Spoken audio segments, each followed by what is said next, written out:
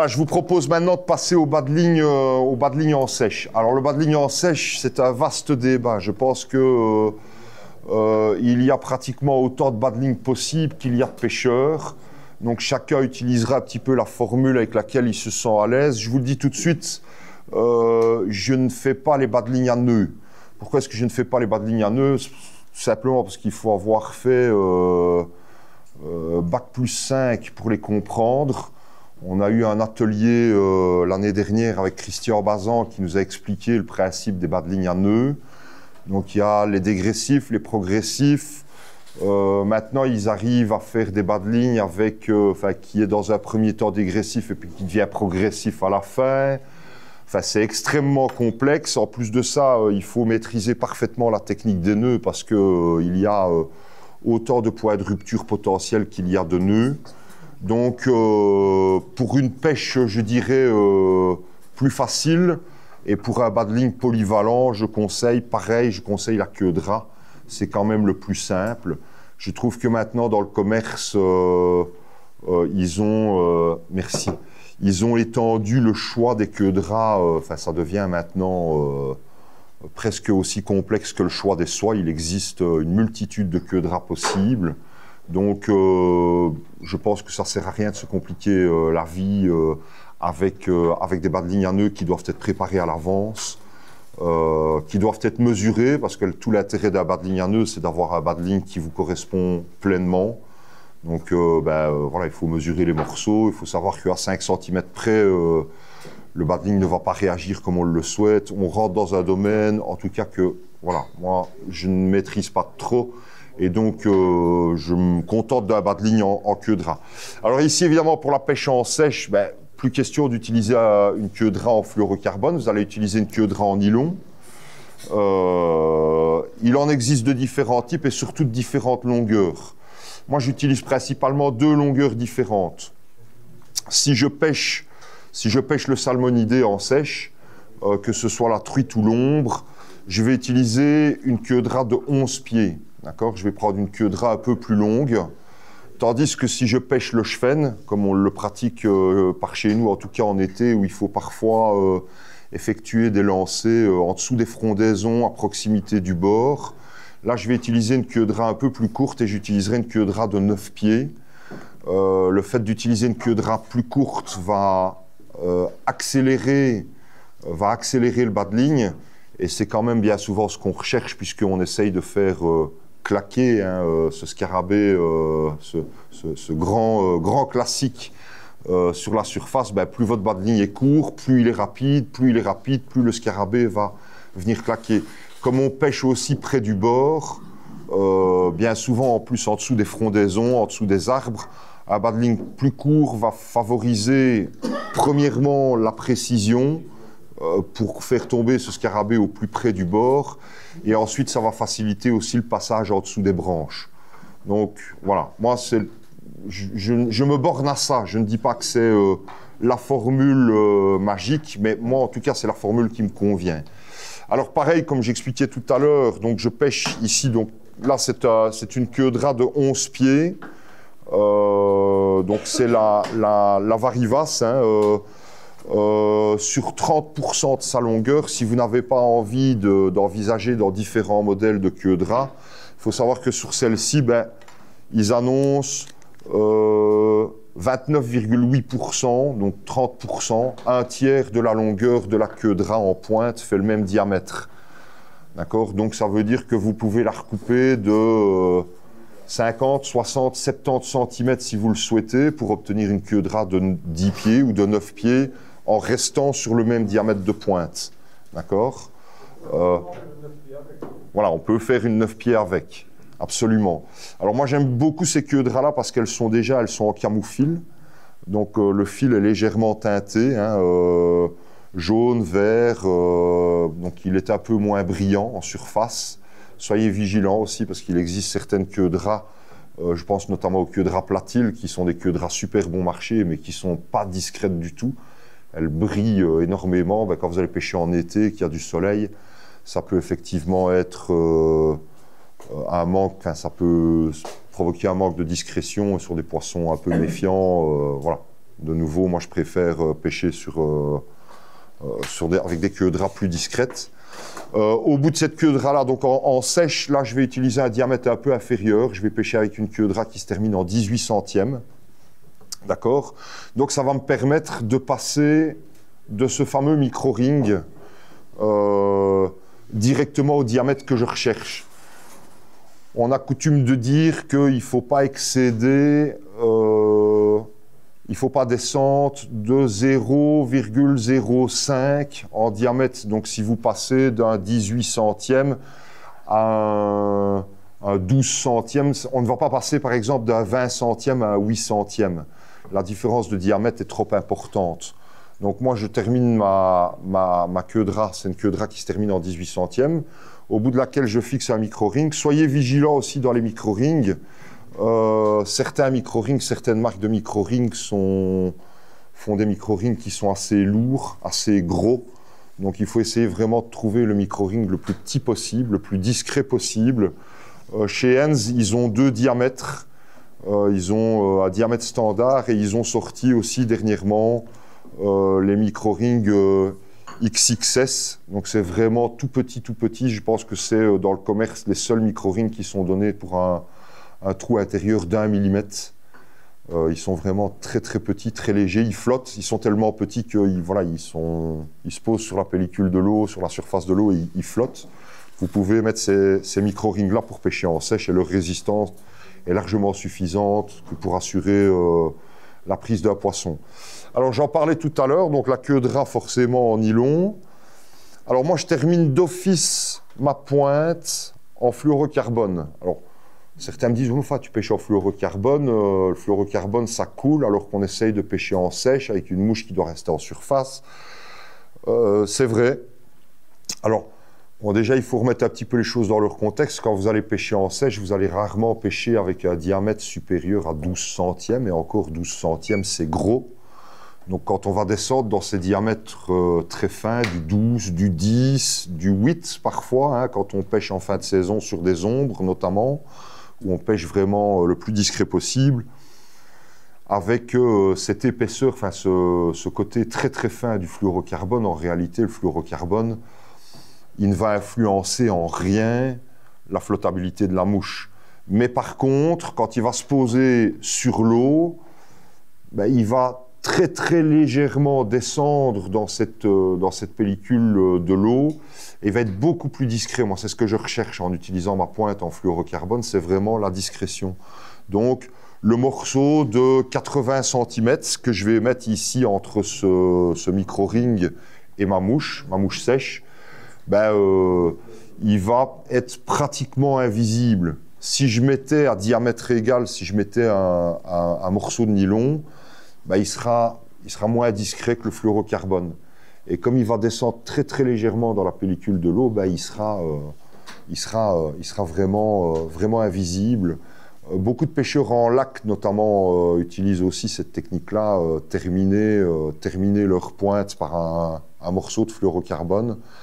Et ça permet en plus à la mouche, selon le modèle que vous allez choisir, de vraiment bien se poser sur l'eau, puisque le nœud et le fluorocarbone est vraiment collé dans la pellicule de l'eau.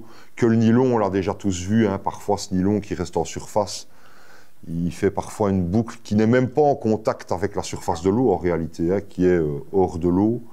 Donc voilà, moi je privilégie le fluorocarbone. Je vais pêcher entre, comme je l'ai dit, entre du 12 centième et du 8 centième. Si vous pêchez, ça c'est un petit truc que je vais donner pour ceux qui pêchent en fin de saison, notamment sur les ombres, où parfois on doit pêcher avec des petites sèches qui sont montées sur du 18, du 20, parfois même du 22. Si Stéphane Perry qui était là, il le confirmerait, hein, il pêche les ombres en Bosnie sur des petites sèches qui sont montées sur des hameçons de 22. Ben parfois, c'est pas toujours facile à voir. Donc moi, ce que je fais quand c'est comme ça, pas mal de pêcheurs font comme ça, je pêche à 2 sèches, en fait. Donc je vais faire le même montage, je vais mettre une potence. Sur la potence, je vais mettre une sèche, entre guillemets, indicatrice, un sedge en cervidé, par exemple. Et puis, 60-70 cm plus loin, en pointe, je vais mettre la petite sèche, vraiment la petite sèche, qui, elle, va être prenante sur les ombres. Et ben je pêche au gobage, enfin je ferre au gobage en fait, donc je laisse ma dérive se faire, je repère forcément ma mouche indicatrice, je sais automatiquement que la petite mouche, elle se trouve dans un rayon de 50-60 cm autour de cette mouche indicatrice, et quand je vois un gobage, ben, dans ce rayon-là, je ferre. Je ne vois pas forcément la petite sèche, mais je ferre uniquement à vue quand je vois un gobage autour de la grosse sèche. Ça, c'est une technique qui fonctionne pas mal voilà, quand on pêche sur des rivières où on va pêcher des petites truites ou des petits ombres. Je pense notamment à la Tchéquie, hein, tu t'en souviens, c'est comme ça qu'on avait pris les ombres là-bas. Donc, voilà. Rien de bien chinois. Sachez simplement que, donc, comme je l'ai dit, plus le bas de ligne va être court, plus il va être rapide. Et si vous voulez expérimenter vous-même les bas de ligne à nœud, plus les morceaux vont être courts au fur et à mesure que le diamètre descend, plus vous allez avoir un bas de ligne rapide, d'accord? Et à l'inverse, plus les morceaux de diamètre, de petit diamètre vont être longs, et plus vous allez avoir un bas de ligne lent. Donc certains pêcheurs, c'est notamment tout l'intérêt des bas de ligne à nœud. Certains pêcheurs vont faire des bas de ligne comme ça, notamment quand ils doivent pêcher des zones où il y a du courant et où il y a des retournes derrière et où ils vont essayer de faire tomber leur sèche, je vais dire de manière un petit peu en parachute, avec un bas de ligne lent, pour être sûr que leur soie et leur bas de ligne va commencer à se tendre et la mouche sèche qui est au bout ne va pas tout de suite draguer. C'est des lancers techniques. On a eu l'année passée un atelier là-dessus. Moi, je vous avoue que personnellement, j'ai un petit peu du mal à maîtriser ces lancers-là. Donc, voilà, de nouveau, je ne vois pas l'intérêt de faire des bas de ligne à nœud parce que je n'ai pas la technique qui me permet de les exploiter à 100%. Donc, la queue de rame convient très, très bien. Donc, voilà. 11 pieds est une mesure intéressante pour pêcher les salmonidés, comme je l'ai dit. Vous allez avoir 11 pieds. Si vous pêchez avec une canne de 10 pieds, vous allez avoir un peu plus que la longueur de votre canne, plus la pointe. Donc vous aurez grosso modo une canne et demie de longueur de bas de ligne, hein, ce qui correspond à allez, 4 mètres, entre 4 mètres et 4 mètres 50. Ça, c'est déjà bien. Donc voilà. Pour le... Si je pêche avec une 9 pieds, de toute façon, c'est un petit peu le problème. C'est que maintenant... Enfin, la pêche a toujours suivi la mode, c'est qu'en 9 pieds, pêcher en sèche en 9 pieds, moi je ne pêche en sèche en 9 pieds que quand je pêche le chefenne. Donc là, le problème ne se pose pas parce que je vais pêcher avec une queue de rat de 9 pieds. Mais effectivement, si vous pêchez en 9 pieds, même si vous pêchez le salmonidé, c'est un petit peu plus embêtant, notamment quand vous allez ramener vos poissons, de pêcher avec une queue de rat de 11 pieds plus une longueur de pointe, parce que vous allez vous retrouver en fait avec pas loin de 2 longueurs de canne de bas de ligne. Et c'est parfois un petit peu embêtant pour les débuts de casting, notamment quand on doit sortir sa soie et on déroule et la soie n'est pas encore passée dans l'anneau de pointe. Voilà, moi je conseille plus les 10 pieds, parce que, comme je le disais tout à l'heure, comme on pêche maintenant avec des soies de plus en plus fines, des soies 4, des soies 3, moi je ne pêche plus en soie 5, autant augmenter la longueur de canne et augmenter le bras de levier pour propulser cette soie un peu plus loin, quoi. Et une chose que je n'ai pas illustré, tu mets directement ta pointe après ta queue de rat. Oui, alors c'est vrai que c'est un point important que j'ai oublié de préciser, donc si je voulais descendre en 8 centièmes, comme j'ai une queue de rat qui se termine en 18 centièmes, je ne vais pas passer du 18 centième au 8 centièmes directement. Donc là, je vais plutôt mettre un morceau en 12 ou en 14 et puis mettre mon morceau de 8 centièmes. Donc ça va augmenter un petit peu la longueur de pointe, effectivement. Je mettrai un morceau de 50 cm par exemple en 12 ou en 14 et puis pareil un morceau de une petite cinquantaine de centimètres en 8 pour avoir vraiment un diamètre dégressif. Et dans la façon de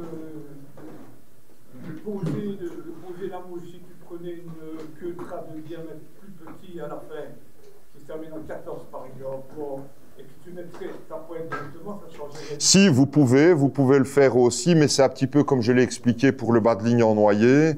C'est que moi, j'aime bien prendre des queues de ras qui se terminent en 18 ou en 20, parce que cette queue de ras-là, je sais qu'elle ne cassera pas. Enfin, il y a vraiment très peu de risque de casser. J'ai pêché, j'ai déjà testé des queues de ras qui se terminaient en 14 ou en 12 centièmes. Hein.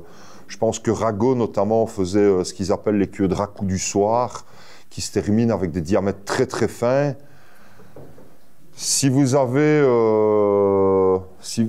un très très bon nylon ou un très très bon fluorocarbone qui va offrir une résistance égale, voire supérieure à la queue de ras, quand vous allez casser, une fois sur deux, vous allez casser au-dessus du micro-ring.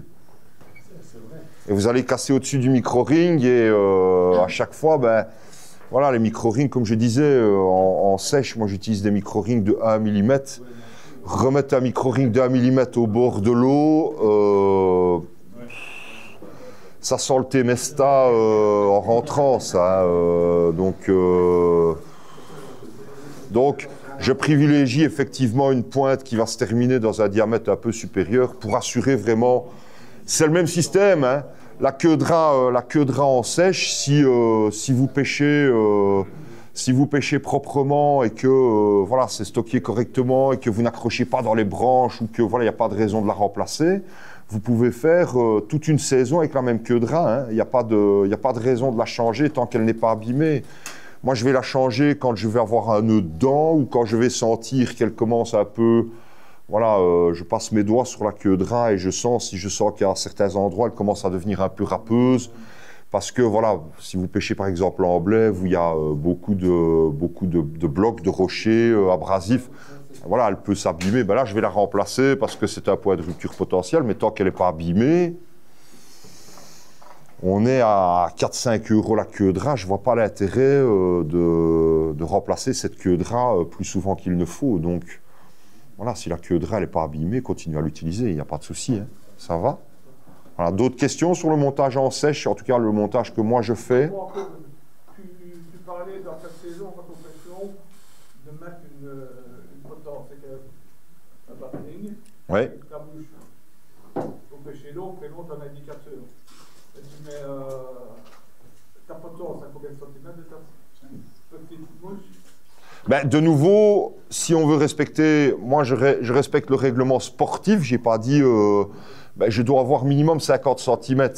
Maintenant, je mets un peu plus parce que ça n'a pas d'intérêt non plus d'avoir cette toute petite mouche sèche à 20 ou 30 cm de la mouche indicatrice, parce qu'à ce moment-là, la mouche indicatrice, elle va aussi avoir un effet dissuasif par rapport au poisson qui est quand même un peu méfiant. Donc voilà. Après, ceux qui ont une bonne vue, si vous pêchez avec une petite mouche sèche montée sur un hameçon de 20 ou de 22, je pense aux petites sèches espagnoles là, avec le petit toupet orange. Ben, c'est pas le Tamanas, un petit CDC avec 2 ailes et un petit spot orange entre les deux. Je ne retombe plus sur le nom exact de ce modèle, mais c'est un modèle espagnol. Ben, si votre vue vous permet, bien évidemment, de voir la mouche, ne mettez pas de... Mais bon, quand vous faites un coup du soir, parfois, comme c'est le cas sur l'Amblève, où le coup du soir, ça donne à 21h ou 21h30, on pêche dans la pénombre. Enfin, voilà, moi, c'est fini, moi, je ne veux plus rien, mais... donc, voilà, moi, si je ne fais pas ça, je suis foutu. Donc, voilà, ça va? Pour Olivier, peut-être expliquer...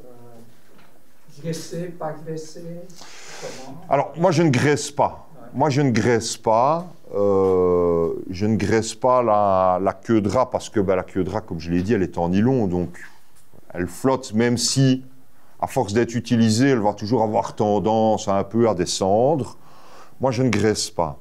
Je ne graisse surtout pas la pointe en fluorocarbone parce que je perds tout l'intérêt du fluorocarbone, évidemment. Ce que je veux, c'est que le fluorocarbone, non seulement descende légèrement dans la pellicule de l'eau, mais en plus de ça, je veux qu'il soit discret. Donc, si je le graisse, il va être tout sauf discret. Donc, moi, je ne graisse pas. Mais, de nouveau, il y a 2 écoles. Il y en a certains qui vont graisser leur queue de ras pour être sûr qu'elle flotte bien. Vous allez peut-être, je vais quand même faire une petite parenthèse, vous allez peut-être effectivement pouvoir graisser si vous pêchez en sèche-nymphe.